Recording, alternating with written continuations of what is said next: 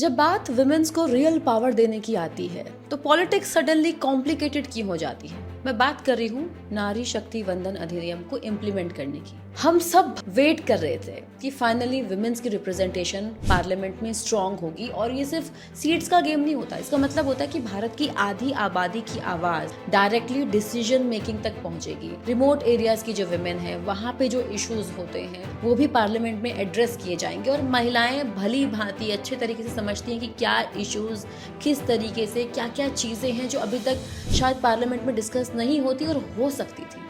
Policies जो है वो ग्राउंड रियलिटी के हिसाब से बनती। अगर ये 2029 से इम्प्लीमेंट हो जाता तो इमेजिन कीजिए कितनी विमेन लीडर्स ग्रास रूट से ऊपर आती, कितनी रियल स्टोरीज और प्रॉब्लम्स फाइनली नेशनल एजेंडा का हिस्सा बनती। लेकिन जब ये मोमेंट आया तो कांग्रेस, टीएमसी, डीएमके और समाजवादी पार्टी जैसी पार्टीज उन्होंने मिलकर इसे रोक दिया। अगर ये विधेयक पारित होता है तो समझ लीजिए कि इस देश में लोकतंत्र खत्म हो जाए। और यहाँ एक ऑनेस्ट सवाल है, क्यों?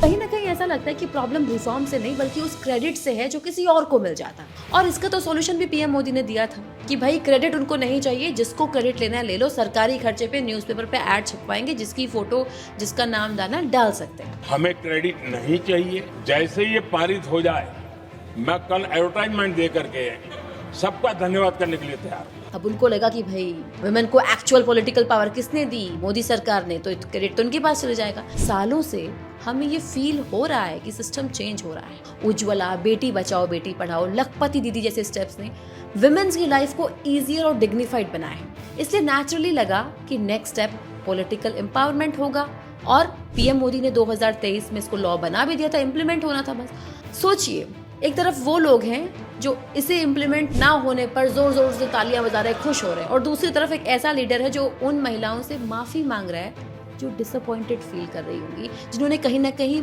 एक आशा रखी होगी। और उनकी आंखों में भी अगर आप देखोगे, पीएम मोदी की आंखों में भी वो दर्द दिख रहा था। हमारे भरसक प्रयास के बावजूद हम सफल नहीं हो पाए और मैं इसके लिए सभी माताओं बहनों उनसे मैं क्षमा प्रार्थी हूँ। बात सिंपल है, लोगों को हमेशा वर्ड से तो नहीं एक्शन से याद रखा जाता है।